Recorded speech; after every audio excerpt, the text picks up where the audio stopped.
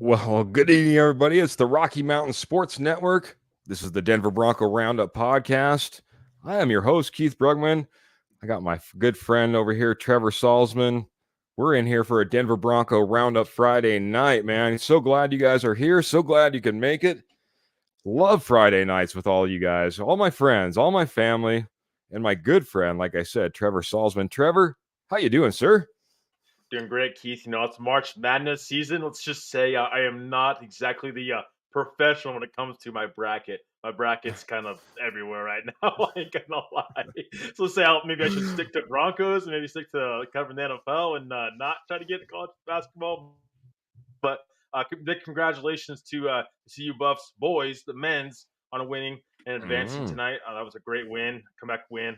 You know, I was very excited for CU and excited to see how far they can go. But you know, it's Bronco madness right now. Now we're starting to kind of get into the draft season, and you know, little post free agency podcast. Now we're starting to get into that. So Yeah. excited going forward. You know, it's gonna be a great podcast tonight, and excited to be with everybody on a great Friday night.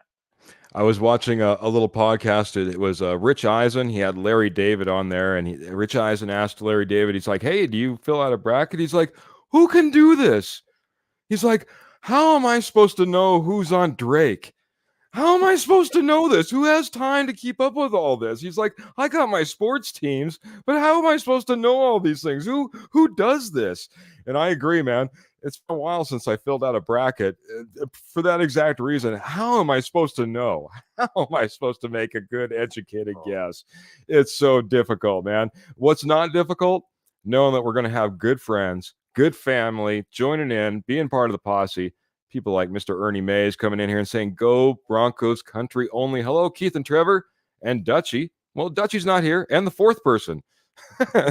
Well, usually that you're right. If you're catching the Denver Bronco Roundup, by the way, on Tuesdays, there's a good possibility where you might have the four horsemen here very shortly. And that is myself, Keith Brugman, the Rocket Man, Trevor Salzman, the Mile High, Albert Dutchie. And yes, we're soon to see Judge Jody Moncrief be blessing our screen once again. There usually is that fourth guy. I appreciate you coming in here so much. I love it. I love it.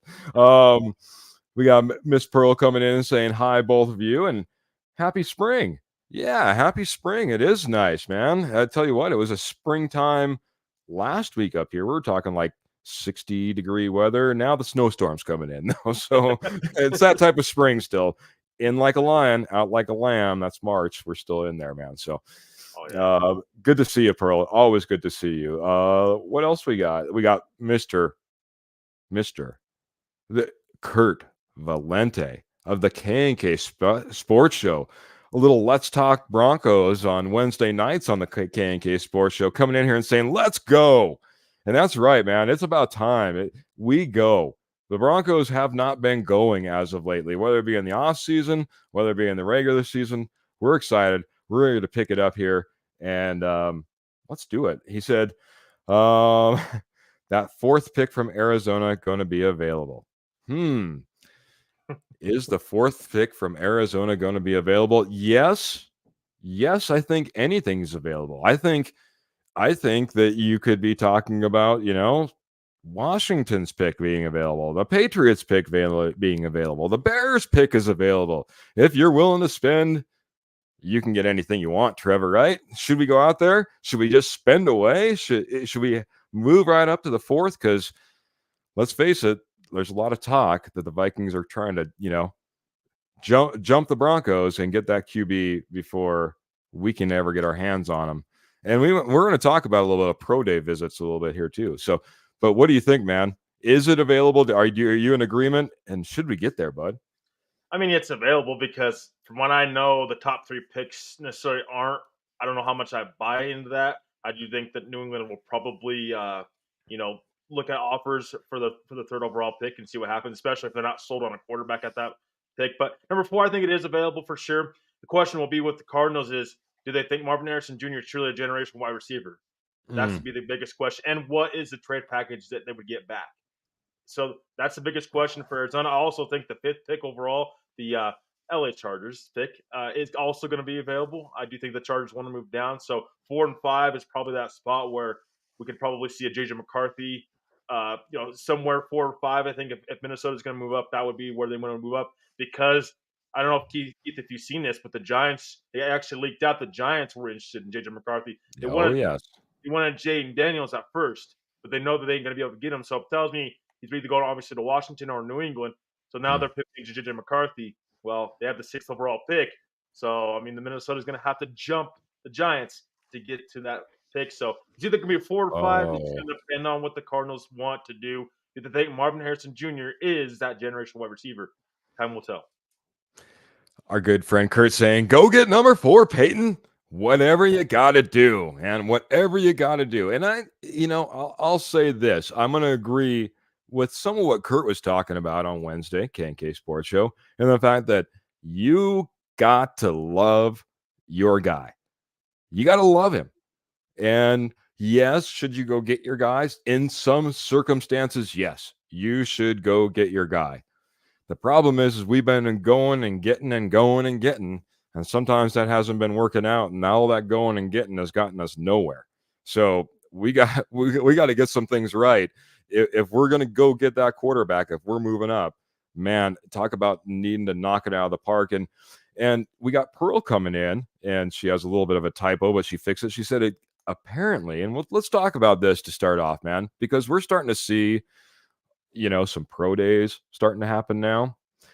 And of course, we were at Broncos represented when JJ McCarthy had his pro day up there in Michigan, man. We sent up Mr. George Payton himself with his marching orders and offensive line coach Zach Streif. So had representation there.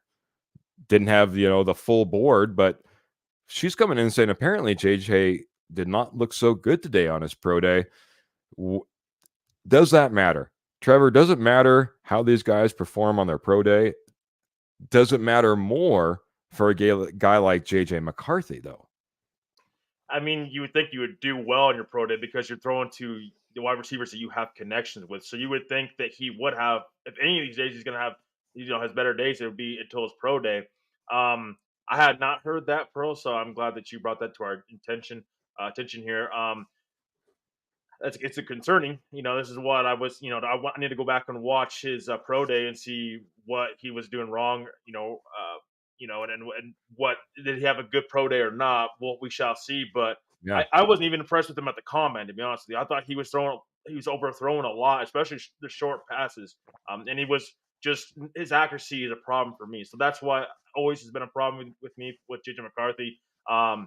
But we will definitely get into that. With JJ, it's just I'm not so if he didn't have a good pro day, it's definitely a concern. But that's not the only thing that determines if you're taking him.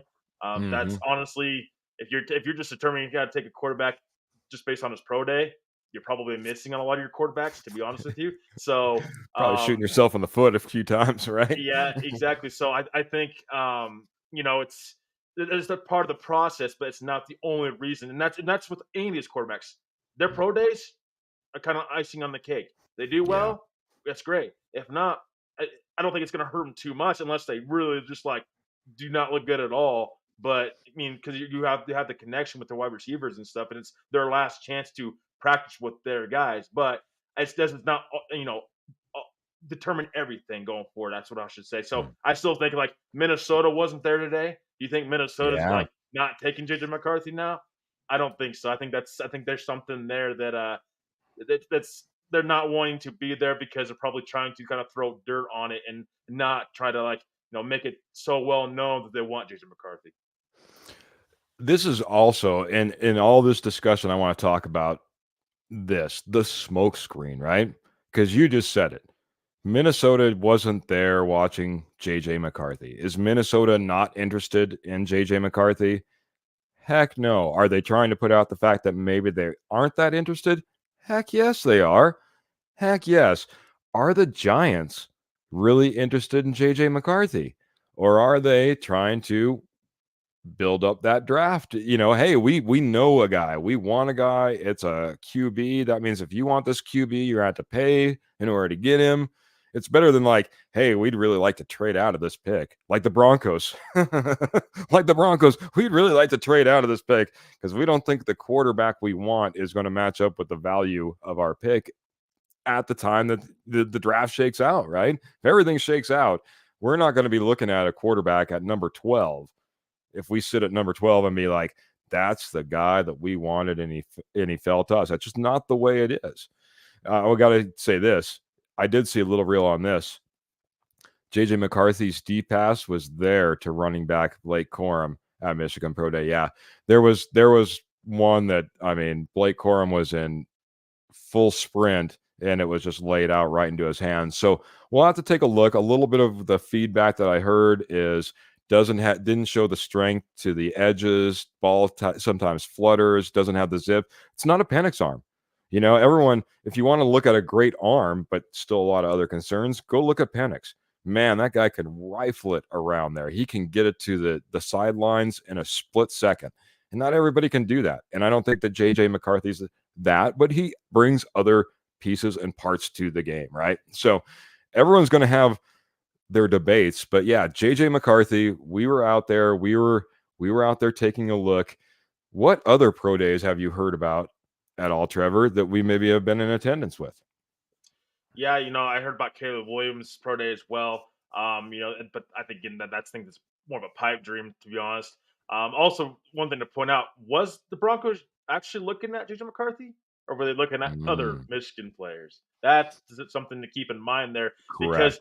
oh, by the way, your head coach is not even there to watch JJ McCarthy throw at his pro day. So that's your general manager and your offensive line coach. So there's just to me, I don't think that just I mean, we can see how and we read between the tea leaves and see what's going to go on here. But I don't know. I just pro days are kind of whatever. That again, they're accidentally taken. That just to me, they don't do all and see all.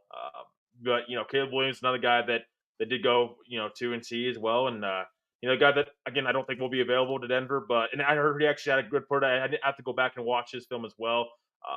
But I heard he had a pretty good pro day, and there's a reason he's going number one. So also interesting that Chicago keeps going to all these guys pro days as well. That's kind of Yeah. all these quarterbacks. Go see. But I mean, maybe they're doing all their due diligence and looking out, for all the quarterbacks. But come on, Caleb Williams is probably still going number one overall. Yeah. You do your homework. You put out your smoke screen, like I said.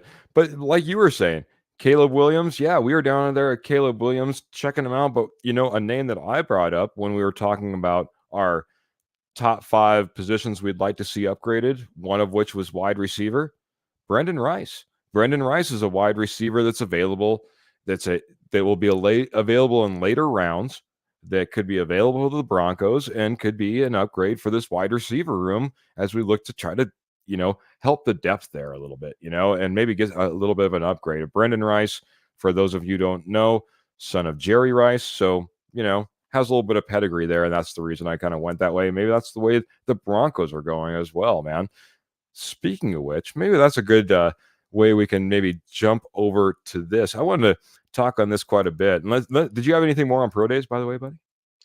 No, no, just I mean, again, they're just teams doing their due diligence. Try to get that out. Yep. And I mean, I wouldn't read too much into it of Sean Payton not being there. Just keep in mind they're not just there to evaluate one position. They're evaluating multiple different positions. But it doesn't, just because the guy has a bad pro day does not mean that they're not going to draft him or they're not interested. That doesn't mean anything. It just it's just part of the process, and then they'll evaluate that after pro days and after the league meetings. And they have ownership meetings coming up next week as Mm-hmm. well. So after that, I'm sure everybody will get together and they'll start finalizing their boards as we get closer to the draft. Yeah, just to keep in mind, there was a pro day that people were just blown away by. LSU quarterback ended up being drafted by the Raiders. Anybody remember that number one draft pick, also labeled a bust? One Jamarcus Russell. He blew people away, man. Yeah. From his knees, 70 yards, threw a ball. People were just enamored. Of course, Al Davis was enamored. And next thing you know, Jamarcus Russell is being picked right at the top of the board, guys. And we all know. So don't get enamored with pro day. Don't get dissuaded by pro day. You do need to look at the tape. The film tells all. The only reason I was a little bit concerned with JJ McCarthy is because, again, there's a guy that doesn't have a whole lot of snaps, doesn't have a whole lot of time. And, you'd really like to see it all kind of come together. Like you said, especially at your pro day, this is where usually these guys shine because they have everything put together by them, by their coaches. The script is all written. They've practiced it all out. They've gotten their receivers out there catching all the balls.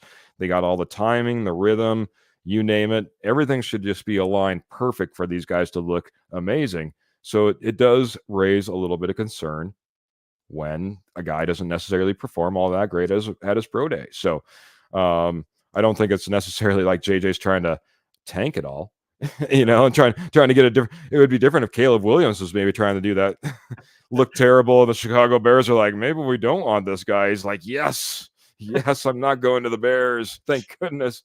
No, actually, the Bears are looking pretty loaded with everything that they've been able to do. Got to say hello to our good friend Patrick Wiltsey. Aloha to you, sir.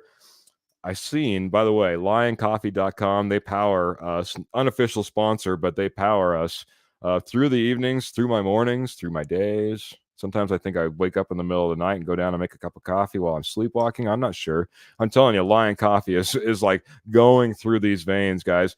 And I saw right now, this never happens. You go over to lioncoffee.com. Kona coffee is the best. They got like 10% off their Kona, guys. They got 10% off their Kona, which is never usually happens. So there's my little unofficial plug. Speaking of unofficial plugs, that'd be a great way to segue to an official plug, buddy. We got a great sponsor over here at the Denver Bronco Roundup, and that's Morgan Trinkets, guys. Morgan Trinkets has over 33 years experience. That's right. They started in 1990. So, geez, we're going on like 34 years experience now. But I'm telling you, they are your Southwest jewelry and pottery, as well as estate gold at wholesale price headquarters. Morgan Trinkets, you can find them on Facebook. They've been posting beautiful jewelry left, right, and otherwise. They've also been telling you about all the wonderful shows that they put on.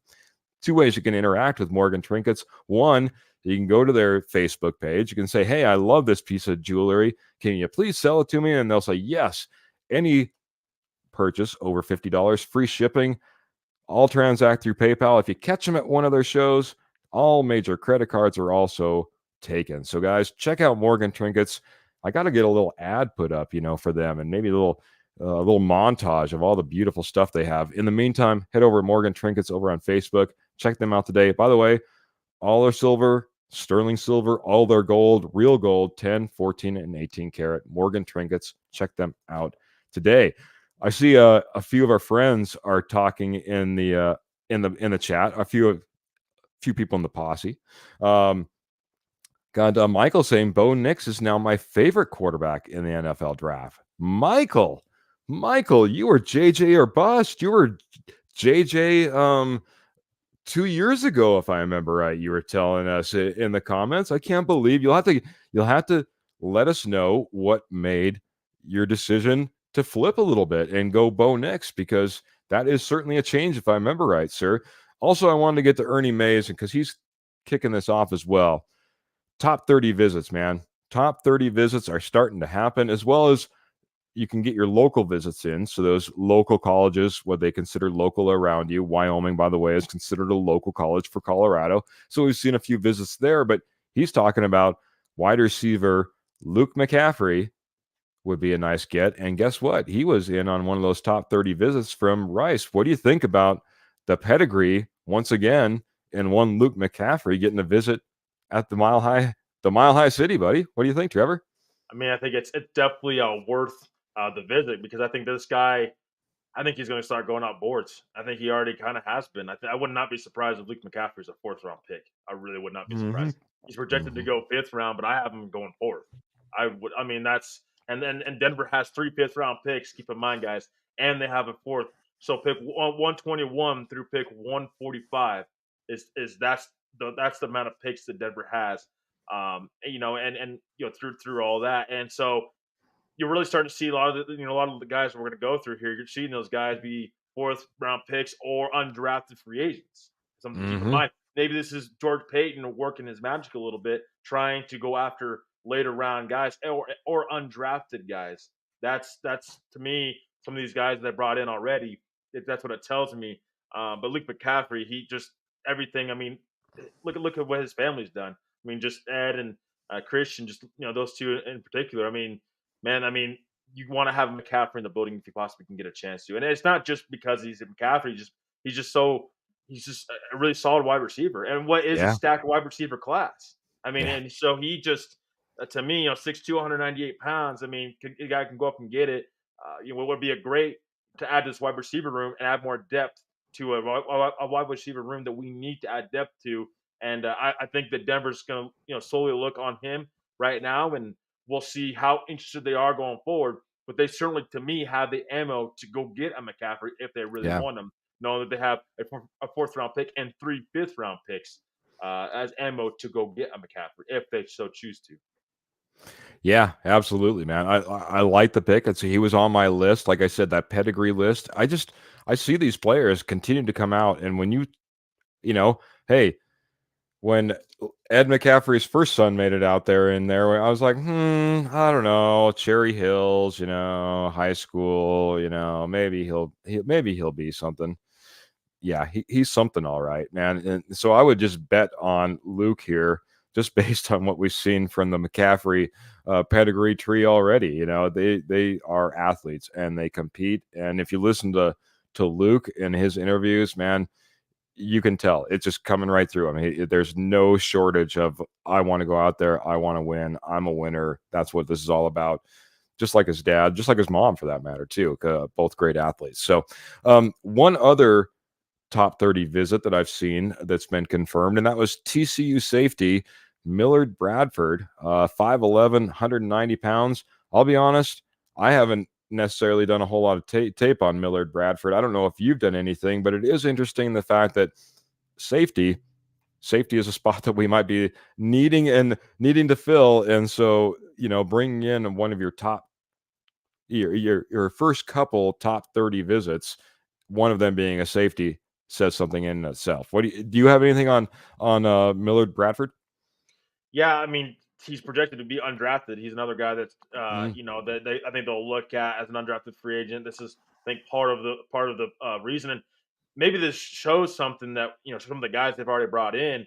Maybe this does show that maybe Denver's looking at those mid-round to late-round guys in this draft. And I know every team does, but maybe that's what Denver's. I mean, they're really trying to zero in on trying to hit on those rounds, which is huge. That's something Mm. that you should do. Successful teams do that. So that would be huge, And again, I'm a little surprised to looking at safety that you after you just signed one in free agency, and he's 25 years old. I mean, Yeah. I'm a little surprised that they have Caden Stearns. They're pretty young at safety, so I don't know if they're going to waste a draft pick on Millard Bradford, but to me, undrafted, I would take a chance on him. There you go. But I just drafting him, you'd really have to be in love because the safety position right now, to me, I just think you need to play the guys that you already have right now, and you don't want to get too crowded. Oh, by the way, you have JL Skinner that did not play much last year, so you definitely need to. I don't think safeties is top of the board as far as positional needs for the Denver Broncos. Very, very true. Very, very true, man. It's interesting. There's a lot of visits that go on. I went through and I figured I would go through the list of the top 30 visits from last year. Couple of names just, obviously jump off the page right off the bat, and that's one Riley Moss and one Art Green. another cornerback that we kind of forget about that we end up taking in last year's draft. Both came in in those top 30 visits. But as far as confirmed visits, those were the only two out of a big long list. And that was guys like Tank Bigsby came in on a visit. Byron Young, I remember him coming in, big edge rusher out of Texas, if I remember correctly. Keaton Mitchell, running back. Sean Tucker, running back. Luke Schoonmaker, tight end. Luke Musgrave, tight end. Marty Mapu, linebacker safety, we brought in. I forgot about this name. Do you remember Jack Coletto? Yeah, He, the name sounds really familiar. he was the quarterback, fullback, linebacker. He Wow. was like talk about, looking at like a Sean Payton type of guy. Jack Coletto came in. Rashee Rice came in on a top 30 visit for us. So big names. DeMarvion Overshawn came in on a top 30 visit. So a lot of different names. Obviously, you don't get the opportunity to go after everybody, but it is interesting to look back and see A, who they kind of took a look at, B, who they brought in, and C, just maybe the type of players. I mean, the one thing that was kind of amazing to me was one, two, three, four running backs that were listed after last year. Well, if you think about last year, we had a running back that was coming back from a major knee injury. We end up getting Jaleel McLaughlin, an undrafted free agent, and we only really had Samaje Perine. So it made sense. We were looking pretty hard at that running back class last year and maybe what they were able to do. A few tight ends in this class, a few wide receivers that we brought in. You know what I mean? So again, just kind of looking at who we're bringing in right now, wide receiver and safety. That's what we brought in as far as that top 30 visit so far. So get Michael's answer here. The reason he switched to Bo Nix, he says, I like Bo Nix because he wants to play for the Broncos in the NFL. And yeah, he has shown that he's very interested and came straight out basically and said that he would be interested in playing. I would also ask you to take a look. There was there was a nice little interview with JJ McCarthy, and they were asking him about, what had he ever been to Colorado and did he like what he thought? And he was just in love with Colorado and the Rocky Mountains, and he was talking all about that. That's kind of an interesting. Spencer Rattler is a guy that has spoken very well about wanting to join this team as well. But I like that you've fallen in love with somebody that's, in love with the Broncos as well. So yeah, absolutely, man. I appreciate you coming in here and giving me your explanation, Michael. It's a good reason. You want a guy that wants to come in and play for your team. You don't want Caleb Williams, who's maybe questionable about going to the Bears, and will he pull an Eli? Let's just put it that way. Kind of venturing on, buddy. I'm sorry. I kind of just like rambled and rambled and rambled. What do you think? Again, I kind of went through that 23 class. You can talk about that, what you think about the position, and maybe where we need to go with our top 30 visits. Yeah, I mean, honestly, there's no wrong player to bring in. To be honest with you, I mean, they need to look at all different positions. I mean, this team, I'm going to continue to say this, and people are probably going to get annoyed at me saying this. This team isn't just a quarterback away. You need many different. I mean, there's many different positions of need that you can have. I know we just talked about safety, and I just said, "Oh well, I don't want them drafting a safety." Yes, because you already addressed that, and you got younger there. Now let's see how that goes and develops throughout the season. Tight end, I think it should be something that they prioritize, and I do think they will prioritize. I think probably the first three picks of first Bronco picks that they will have. I think they will prioritize that at some point in time. Mm, Wide receiver is something I would like to see them get younger at and more athletic at. Cortland Sutton's going to age 30 season right now, so I mean, he's about to. So you definitely need to try to see if you can get a little younger there. I mean, defensive line. I mean, you picked a couple guys up in free agency, but I I mean, you still haven't replaced Jonathan Harris yet. So I mean, mm, I just and you still need to get more push up front. I think if that's if you need to address any other hole in this roster, it would be up front your defensive line. It can't just be Zach Allen that's getting pushed. You brought in, you have a few run stoppers now. That's great, but you need someone to go get after the quarterback now to help that edge rusher room out, so you don't have to blitz as much. yeah. Cornerback, I think that's something that to keep in mind that maybe they go after. I wouldn't be surprised if they go in that direction as well. Linebacker, you can always look at linebackers. Some of these guys on this list they've kind of already talked to. There's a couple linebackers. Easton Gibbs is another guy that they've talked to, and another undrafted free agent out of Wyoming. I wouldn't be surprised if they prioritize inside linebacker as well, because you don't have a sure thing right there. And Drew Sanders is moving to the edge, so you need to find young linebackers to try to cover these tight ends. Oh, by the way, you still have Travis Kelce that you got to cover. So I'm in agreement, though, with a lot of people saying I think we need to all give up on the idea that linebackers can cover tight ends. yeah, It's got to be a cornerback. It's got to be a safety. I think we're too far beyond the point that that tight end position has completely developed into something it never used to be. There used to be a guy or two. There used to be like a Tony Gonzalez that would be like that tight end. Now that tight end is like every guy that they're trying to put on the field.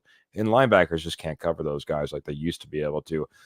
I agree with though. There's a lot of holes on this roster. I wanted to scroll all the way up because it brings up a good question.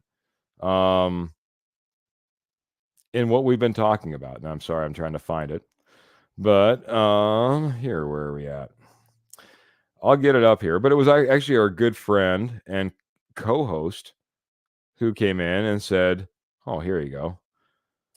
Go get your quarterback." And in parentheses for him, it's JJ, and develop him. I understand where you kind of sit on this. So I want to play a little devil's advocate. This is by far, from what I've seen, the best quarterback class in at least a decade. If you're talking about quarterbacks going 1, 2, 3, 4, when was the last time we had quarterbacks go 1, 2, 3, 4? It's been a long time since we've seen anything like that. This is looking like one of the best quarterback classes we've ever seen. Should you be in the mix on one of the best quarterback classes you ever seen, or are you going to trade back, never get in the mix, and then just hope something falls into your lap the next year? That's the scary part, is where's your quarterback? It doesn't look like he's on the roster. It looks like you're going to have to probably get him in the draft, and you're talking about all this talent being gone at the very top, and you're just going to kind of settle for what's in the middle. Do you need to just go get your quarterback and develop him? Do you need to go after that number 4, like Kurt's saying? Because it sure feels like if you wait till next year, you might be, picking up scraps. You know what I mean? Being one of those Justin Fields, Mac Jones type of years. What are your thoughts? I mean, but how many of those do you think all 4 of those quarterbacks are going to hit top of the draft? You know what's the probability of all 4 of those guys hitting? Only a couple of guys. All those guys probably going to hit. So yes, I know everybody wants a quarterback. I get that, and they want to do it at all costs. Problem is, this roster's not there yet. It's probably, Mike Kliss has said this too. It's probably a 2 to 3 year plan to try to build this team back up again. So if that's the plan, why would you trade future draft capital in the next year's draft, knowing that it's going to be a developmental year, and risk you losing a top pick in the draft to get your quarterback, and then put what around him, and how are you going to do that? I mean, yeah, okay, there's free agency, but those guys are there for they're free agents for a reason. I mean, they all have their different reasons for being a free agent.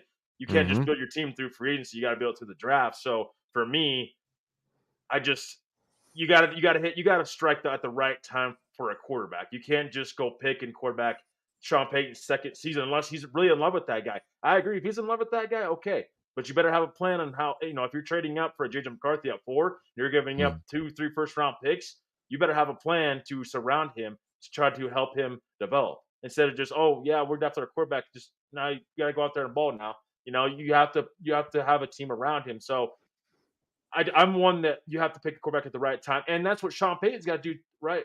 Too. I mean, right? He's got to pick the right guy. If he doesn't Yeah. pick the right guy, see ya, Sean. You're probably gone. I mean, I hate to say this, but I mean, you are probably gone. How can How can the fan base trust you if you miss on a first round quarterback? Mm.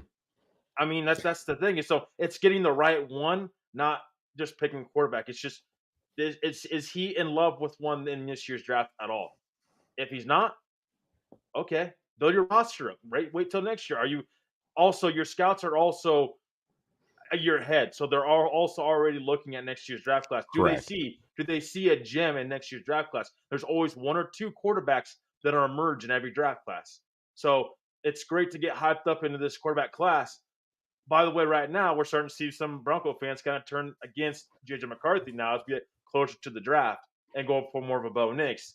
Mm-hmm. So is JJ McCarthy that guy? I mean, that's the thing is there's going to be a few guys that will actually hit. You just have to be the one that hits on the right guy. We've already been down this path with Paxton Lynch, and he did not hit, and we suffered for it. So if you're going to invest a third consecutive offseason in trading up for a quarterback for one guy, better hit on him.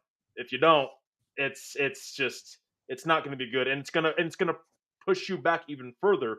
And as far as team building, that's why it's such an important decision on what you Mm-hmm. want to do at pick 12. Do you want to trade up or not? Because it really can affect your team, not just this season. It will affect your team 2, 3, 4 years down the line on how you roster and build your roster. How much do we want a second round pick this year, Trevor? How much would we just love to have a second round pick this year?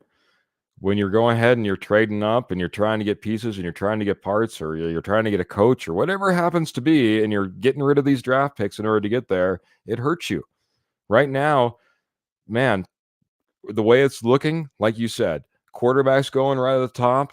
You really don't want to be sitting at 12. Love to be sitting in the second round or maybe have an ability to trade into the bottom of the first round and get that 5th-year option for that right guy that you've been kind of spotting. But right now, we're not in that position. And that's why, like you said, this decision is huge for the Broncos. It's a huge decision.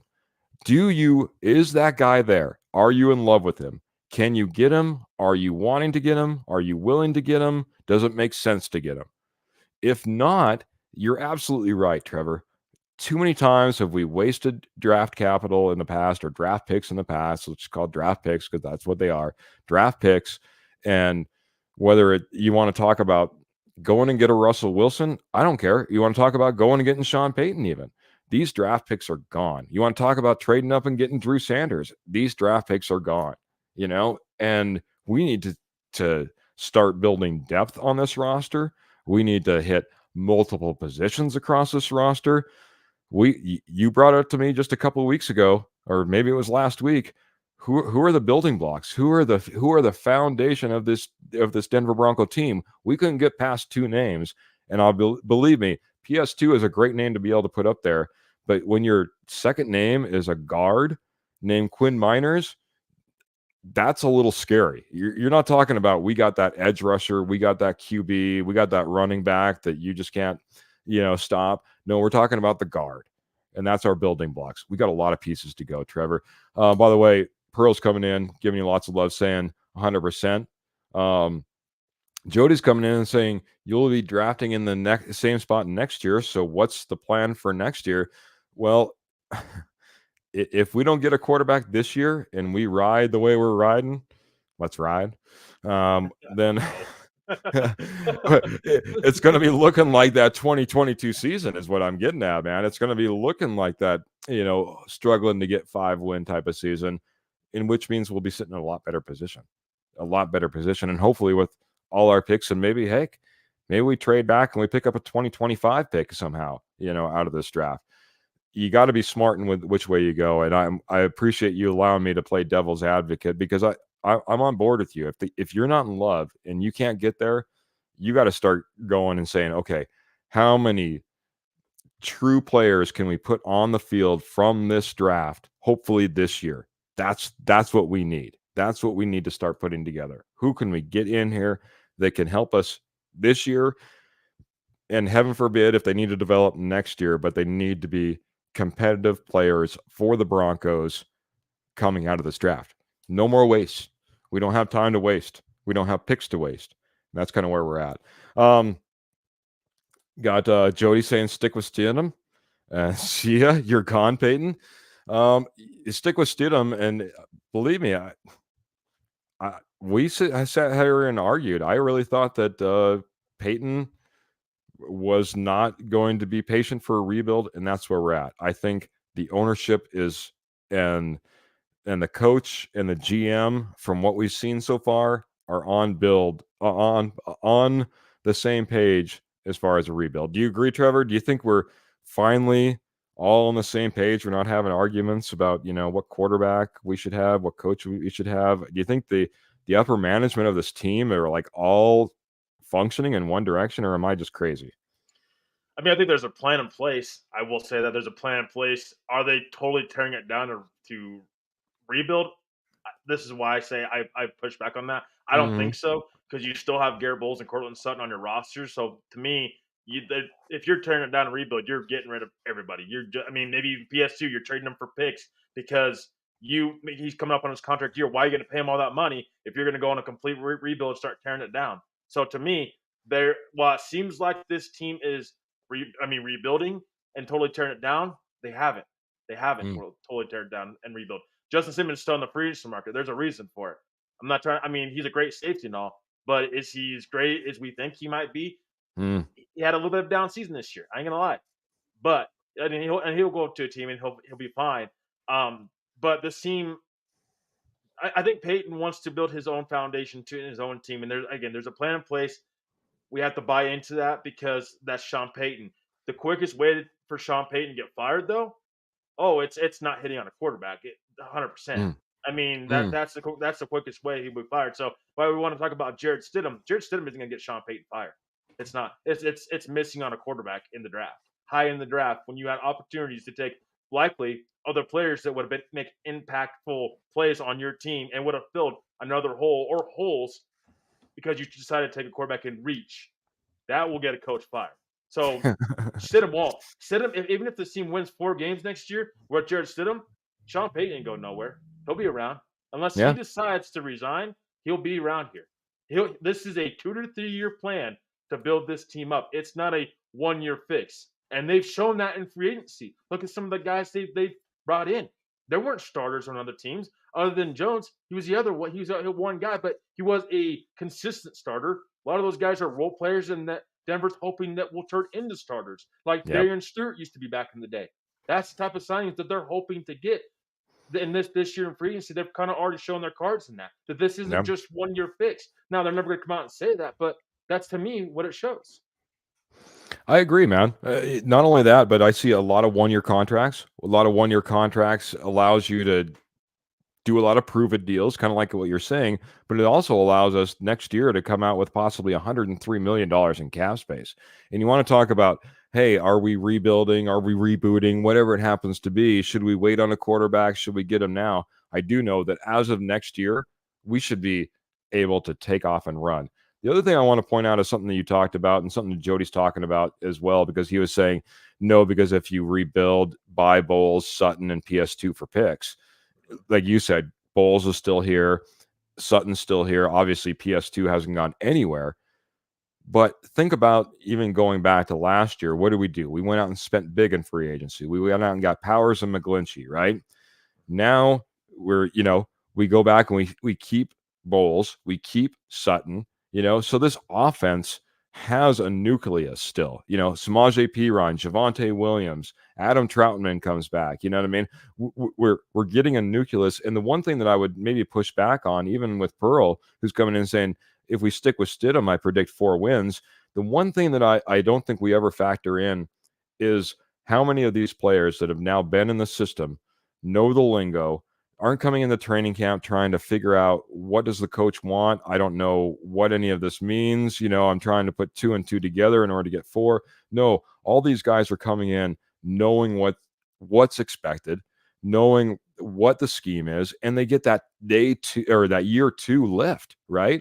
You get that year 2 lift of being, hey, all right, let's just go in there and do work, boys, right? We'll bring along the new guys who don't know the system, but now we finally have a coach in place for now a second year. Sometimes that's difficult in Denver. And we have a scheme that should be, one of the best in the league. Now let's go ahead and let's get some players integrated into it. Let's start getting better.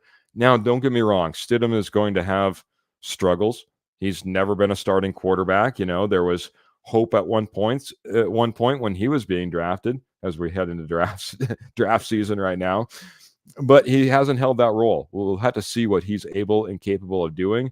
But I wouldn't discount all the other people around him and him who have taken, it will be able to take that next step. I mean, what are your thoughts on that? Yeah, so there was an interesting quote by Ian Rappaport today, Keith, and maybe it will kind of detail maybe what Sean Payton thinks a little bit. He said, quote, Sean Payton has won with a lot of quarterbacks who are not as good as Jared Stidham. I mean, what do you think about that? Because to me, that tells me Mm. that Sean Payton thinks he can win with he doesn't have to have the most talented quarterback in the world to win with. That's what it tells me. And this guy that will fit his system and will progress, see the field fine, and just do what Russell Wilson failed to do last year, honestly, Yeah. and play within the structure of the offense. That's what I think he wants. Why can't I'll ask this question? Why can't Sean Payton win with Jared Stidham next year? I mean, I'm not saying Jared Stidham's my favorite quarterback in the world, Yeah. but I'd rather them, have Jared Stidham for a year than go after Rick quarterback and not hit on that quarterback. I'd rather them have Zach Wilson. If Zach Wilson gets released, I'm not trading Mm. for Zach Wilson, but if he gets released, why if we bring in Zach Wilson, why can't Sean Payton turn him around? If Sean Payton is this offensive guru like we talk about he is, give him a chance. Let's see what he can do with these quarterbacks because he's done it before with other quarterbacks he has. Now let's see him do that for a full season, and not have to take a quarterback in this draft. Again, I don't want Denver to go into the draft being so quarterback needy. That was I've said that since day one of the offseason is don't go into the draft looking quarterback needy. Jared Stidham be on this roster tells me Sean Payton has confidence enough in Jared Stidham or another quarterback that he has in mind that he could bring in and get the best out of. And especially if you don't take a quarterback in this year's draft, I don't think reading that quote right there from me in Rappaport, I do not think Sean Payton thinks he has to take a quarterback in this year's draft. Mm. Good point. Good point. Yep. It's smoke screens, it's signaling. Sometimes you're getting good information, sometimes you're getting bad. I just think that with the circumstances that like I said, I don't think we were expecting to be in the race for a quarterback quite like we were. I think that we really thought at one point we were going to have a legitimate shot for number 4. I see Jody coming in here and blowing us up about what Sean Payton is capable of. Saying Teddy going 5-0 gives Payton some false hope. Teddy and Winston both were first round picks. Stidham is not.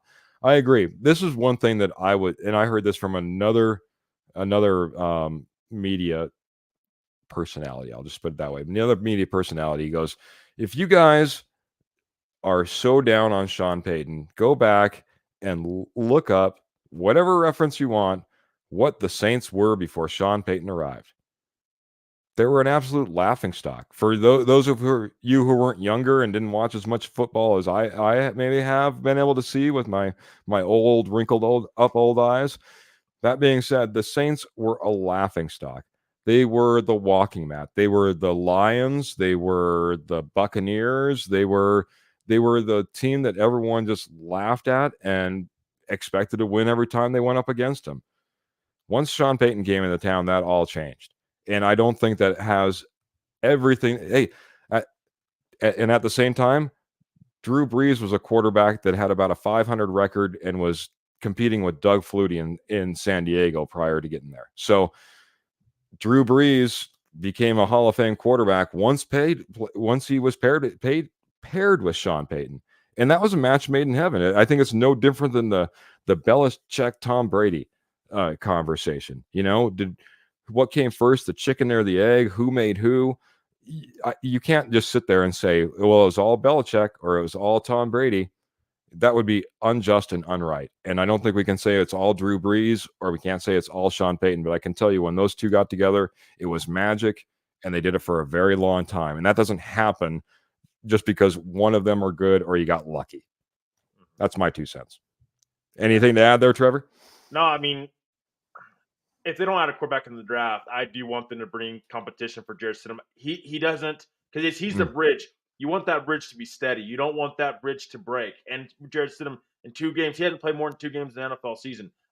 There's concerns with me with Jarrett Stidham for sure. That's why I say go bring in more competition to push him for that starting job. I know Mm-hmm. nobody wants a quarterback competition here, but this is where we're at with this football team. If you Oh, get yeah. if you get better foundation around whatever these veteran quarterbacks this year, you will be better off if these guys play well going into next year's draft. Then you can go get your rookie quarterback. You'll be in better position, not from a standpoint of draft picks per se or salary cap, but roster wise. If you hit on those picks, that's why I say Sean Payton's got to hit on this year's draft. Most important than Mm-hmm. anything, this year's draft is the most important part of this offseason. You got to start hitting on these guys because if you do, it really helps your roster management going forward. It makes it easier. And now you have something to build off of. We talked about the foundational pieces, Surtain and Minus. That's it. Nobody else is a foundational piece yet.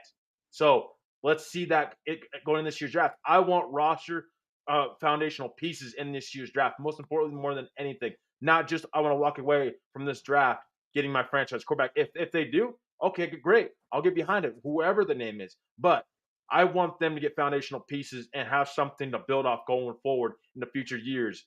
And if we got to take a step back to take steps forward, fine, let's do it. Yeah.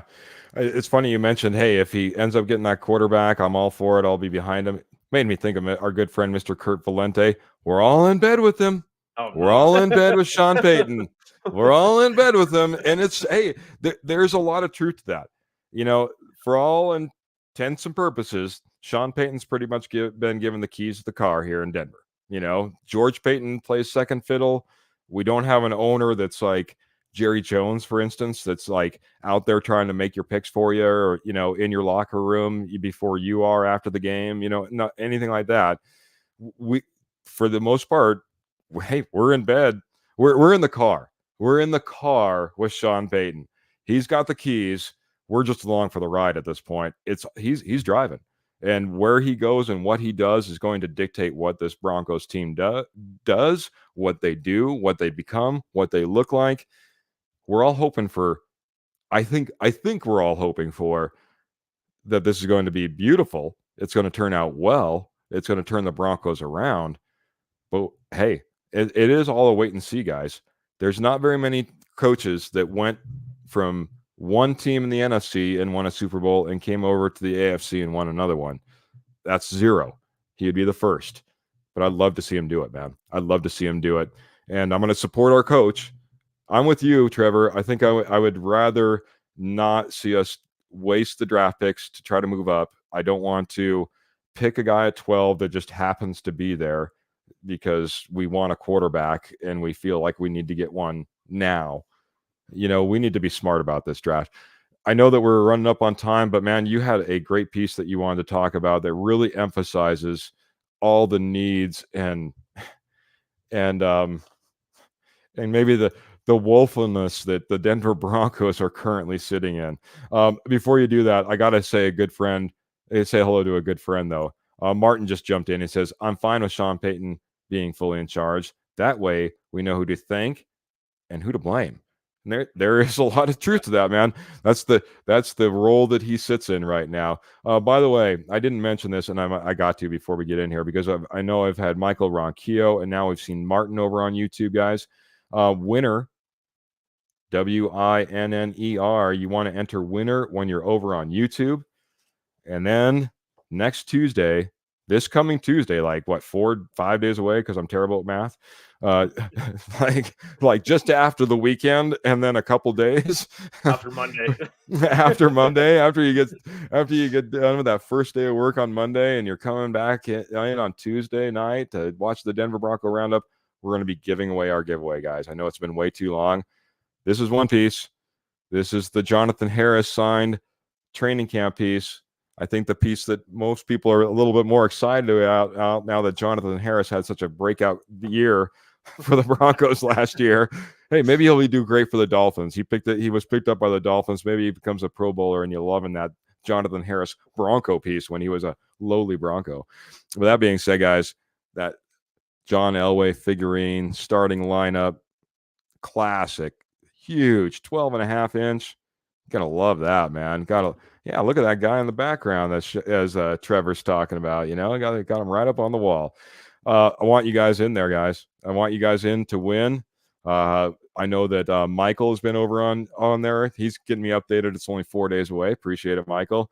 His name's in the hat. I know that Martin's name's in the hat. But that being said, Trevor, that being said, everybody, go ahead and type winner over on YouTube. Get entered. I got your names down. And now I'm going to hit Trevor because Trevor had an interesting piece that he wanted to talk about real quick before we get out. Yeah, so guys, Mike Clay, ESPN roster analyst, had his rankings on the Broncos roster overall. I'm gonna read them to you. So quarterback, he has him ranked 31st in the NFL. Running back, he has him ranked 26th in the NFL. Wide receiver, he has him ranked 24th in the NFL. Tight end is 24th in the NFL. He has the O line ranked 10th in the NFL. Interior defensive line ranked 17th in the NFL. Edge, he has 25th ranked in the NFL. Off ball linebackers, 24th ranked. Cornerback, 14th ranked. Safeties, 30th ranked. So that let alone, guys, then me reading you those rankings, how do you guys feel? I mean, I would love to hear you guys' feedback on that one. Again, that's an ESPN roster analyst saying that. And he also has the Broncos defense is 28th in the NFL projected next year. And their offense right now ranked 29th. That's before the draft. We'll see what happens, what the Broncos do in the draft and if those rankings will change. But as of right now, that's where the Denver Broncos current roster is ranked national media wise. So let us know what you guys think. To me, that screams trade back and get more picks and try to solve as many holes as you possibly can and try to build that foundation. That screams maybe you don't trade up for a quarterback this year in this year's draft. But I would love to hear what you guys think. I hope this really helped you guys. And maybe it will change your mind, maybe it won't change your mind. But at least you have the rankings out there, and we'd love to hear your guys' feedback. And Keith, we'd love to hear your feedback as well. Yeah, first I want to get some feedback from Jody. He says Edge is too low. What was that ranking on Edge? 25th. 25th. Yeah, I got to imagine, Nick Benito, Jonathan Cooper, Baron Browning. Now, don't get me wrong. If you look at any draft projections or draft needs, I should say, Edge is kind of listed right up there, right? Edge is one of those guys that, we still think we could use a number one at. But ranking them that low might be a little bit tough, a little bit rough. I'll agree with that. Martin's coming in saying, with these rankings, we should be ranked to draft first next year. Well, we are actually ranked in that. I'll add on to that a little bit, Keith. Yeah, the Broncos has the 31st worst roster in the NFL. That's so the number I was looking at. Yeah.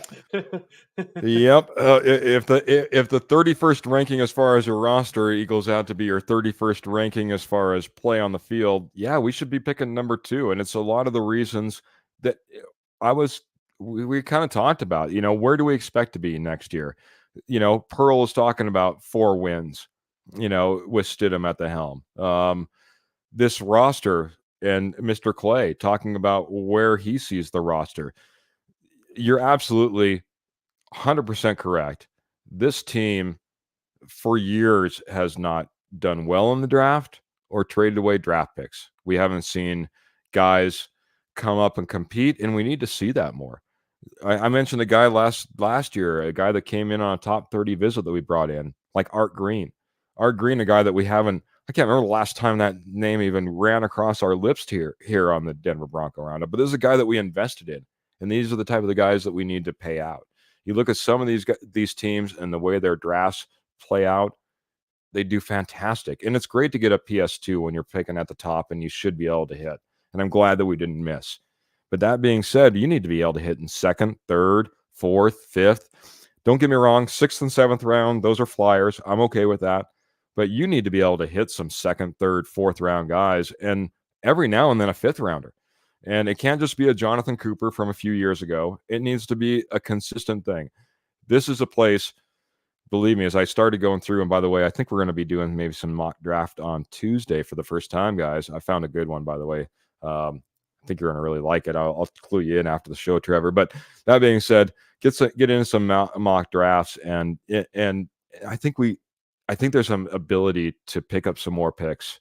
And with the cap space that we have next year, with more draft picks, with possibly picking near the top, I mean, we could be looking at a landfall next year with the talent that we put on the roster this year and then everything that we get coming next year as well. I'm in agreement with you, man. This roster, we need turnover. I'm glad that we saw some. I think we'll continue to see some as we get guys in from not only draft, but also those undrafted free agents and then those late round free agents that come in, that end up getting cut from other teams. I think we could see a lot of turnover, but you're also seeing a nucleus and a core starting to come together. One of the things that I thought was really interesting, whether it was Will Lutz, whether it was Justin Strnad, what was the other guy that Trautman. Adam Trautman, Yeah. all these guys that had offers to go other places that end up coming back might be a little bit of a culture change here in Denver, and I'm excited to see what's kind of going on, and maybe starting to build, starting to put the little pieces together. I'd hate that to trade that number 1 or number 2 pick plus the following year's first rounder to move up this year. That's coming in from Martin. That's his 2 cents, and I appreciate Martin coming in there. I want to get your thought on this. 32 head coaches. Is our head coach a bottom 10? I mean, as it sits right now, we're picking number 12.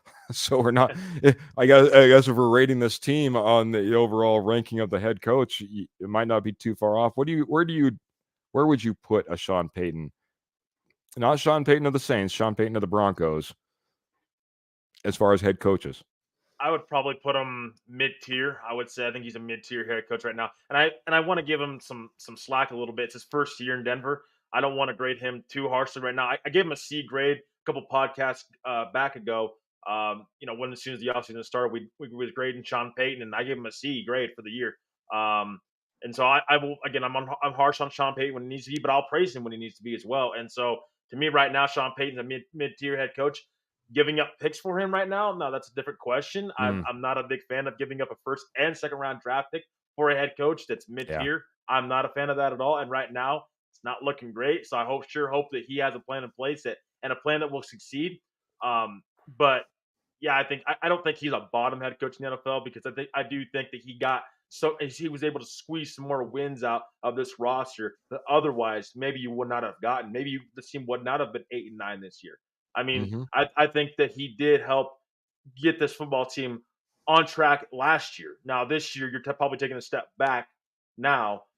And hopefully, going forward, you can get back on track. But again, maybe you have to take a few steps back to get back on track, to take maybe a few steps more forward than you otherwise would have. So I don't think Sean Payton is the Broncos' problem right now. And the problem is, my problem is Sean Payton, the general manager. That's the problem I have. Is you can't have a head coach and general manager and be successful. It doesn't happen a ton. And to me, if he gets too aggressive in this year's draft and you do go get up a quarterback and you do give up picks again, I'm going to be a little bit disappointed in Sean Payton because you can't continue to do that left and right for a third consecutive offseason in a row, continue to give up draft picks.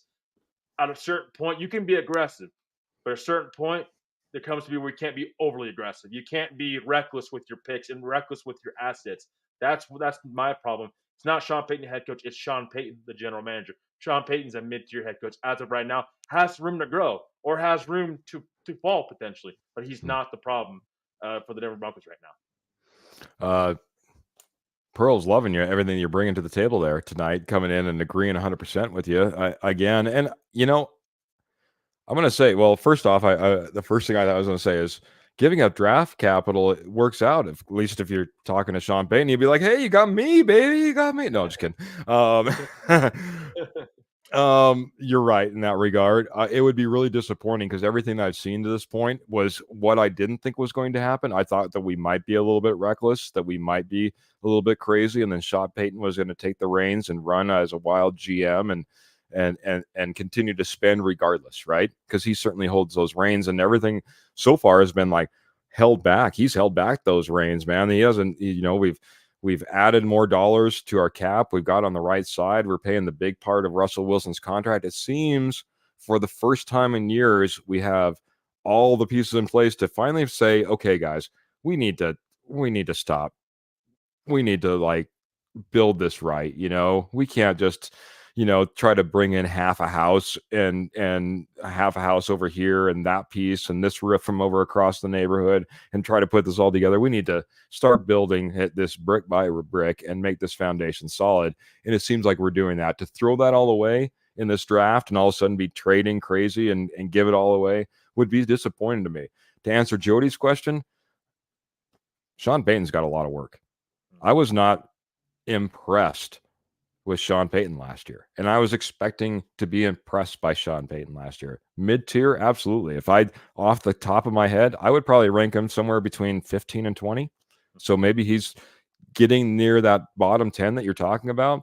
He needs to be better in his game calling, game plan and in-game calling. He needs to be better when it comes to some of those big decisions on the sidelines and being aware and stuff like that. It wasn't a good year for Sean Payton, but as you said, I think he did a lot of great things though too. I think he did squeeze a lot out of this roster that a lot of coaches wouldn't be able to do. We could have been a laughing stock, and we at least finished with what a 9 or an 8-9 season, sitting there kind of middle-ish. It could have been a lot worse. Believe me, if this would have been in the hands of one Nathaniel Hackett, we all would have been crying last year. I guarantee it. So, not the bottom. Can't be the bottom. It can't be at the bottom, because that's where those coaches reside, right? And then Nathaniel Hackett's. But, geez, here we are, man.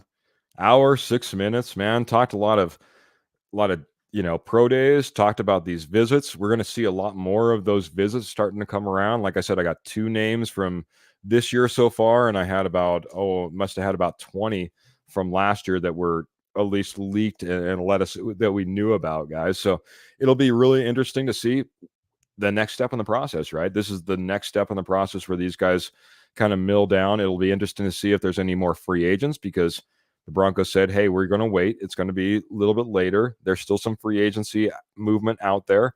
Heck, as you just mentioned, Justin Simmons is still sitting out there as an instance. That's a guy that you wouldn't expect out there. I don't think he's coming back to the Broncos necessarily, but there are players out there that still will be signed and still will be meaningful to rosters. And I think we'll end up seeing that. Martin is coming in, so I got to hit this before we get out of here. He said, Coach gambled in free agency last year and lost. If he was here the year before and did the same things, we might have won. I think we got him a year too late. Yeah, it would have been nice to have Sean Payton for 2 years rather than Nathaniel Hackett. I also wouldn't say that we necessarily lost, and I'll get your opinion on this before we get out of here too. I think that the building blocks are in place to put together the type of team that a lot of times our good friend and co-host Jody talk about, and the way that our good friend and cousins in the industry, Kurt over at the K&K Sports Show, talk about. We got the building blocks to be a run-heavy team. And whether that be behind a Russell Wilson or whether that be behind a new rookie quarterback or Jarrett Stidham, who's not really maybe an elite level starting quarterback, we can all agree on, a run game would be fantastic to get going and have. Now, we didn't have Javonte Williams at full strength, so I would say wait out on some of those losses or gambles and losses that you think we had, Martin. I think a few of them might pay out over the long term. What are your thoughts on the gambles and losses of a free agency last year? Yeah, I mean, I was always skeptical about spending a bunch of money all at once without, I think, truly evaluating rosters. First offseason, you get the job. I'm a little Mm-hmm. skeptical about that one. I think that may come back and bite this team in the behind if McGlinchey and Good Powers point. don't turn out. If they don't pan out. So I will say this. I give Sean Payton credit for trying with this roster. He did. He did give it a try. He gave it a try with this roster to see what they would do. And right now, he moved off from Russell Wilson, moved off to Justin Simmons. Now he wants to put his roster together, more of Yeah. his guys together. And now the Broncos are in between that bridge right now, where now you're eating $53 million of Russell Wilson's $85 million dead cap hit this year. Mm-hmm. And now and going forward, and then you have more going forward. You have more, cap flexibility and more picks. So you're between that bridge right now. This season of doing that, of Well, the old era eating some of that dead cap and then trying to offload it next year when you'll have more cap from coming up. So right now we're right between that bridge, taking a few steps back, take a few steps forward. That's what that comes from. So I'm not. I wouldn't say they're losses. I agree with you because I think Zach Allen is an upgrade over what we had with Jones when he was here on the defensive line, and your offensive line is ranked 10th right now, and that's according to a national media guy. So and PFF I think was ranking them pretty close to that as well. So your offensive line has improved. And this is with Cushionberry gone, by the way. So your offensive Yeah. line has improved. So I wouldn't say it's a loss right now. And I think Zach Allen, I don't think he's a loss to this defense, to this defensive line in particular. I think he Yeah. is actually part of the solution, not a part of the problem.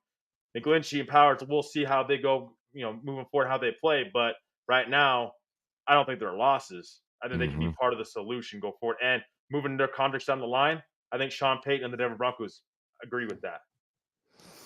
Yeah, I agree. Yeah, obviously we've talked on the same subject. I think that's a kind of a wait and see. I like the pieces they're putting together. Heck, if we get a great running game going on this Denver Broncos, hey, we got the Broncos running game that we used to know.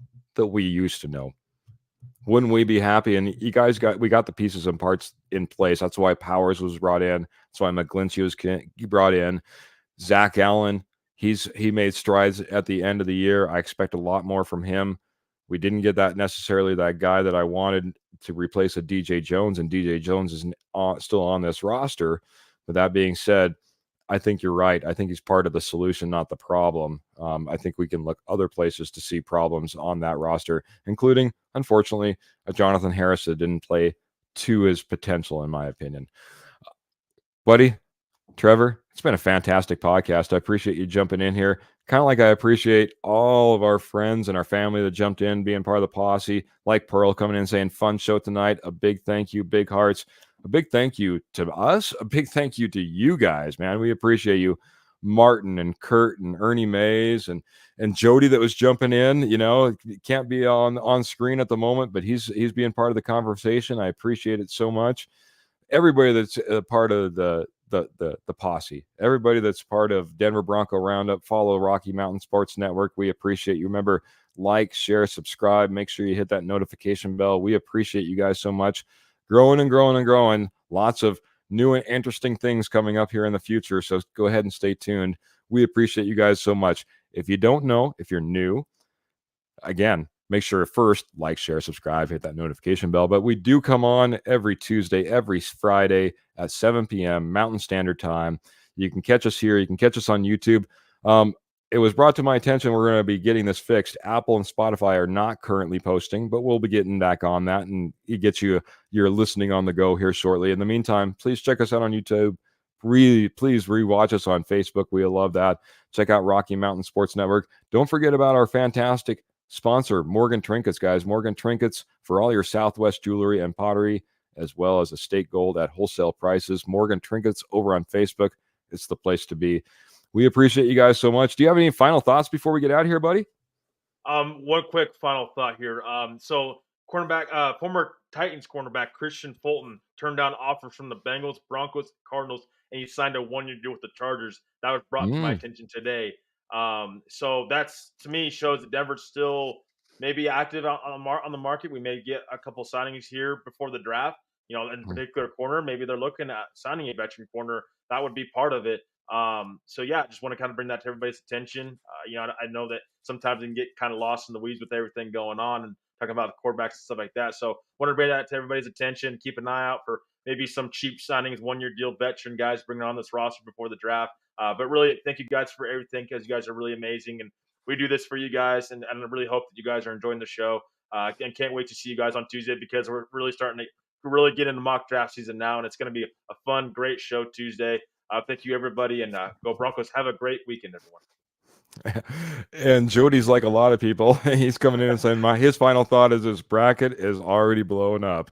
Yeah, I a few times I've ever done a bracket, I rarely have a chance. I rarely look good after the first round. So I don't think you're alone there, buddy. Everyone's still looking for that perfect bracket, right? By the way, before we get out of here, I meant to mention this. Our local visits.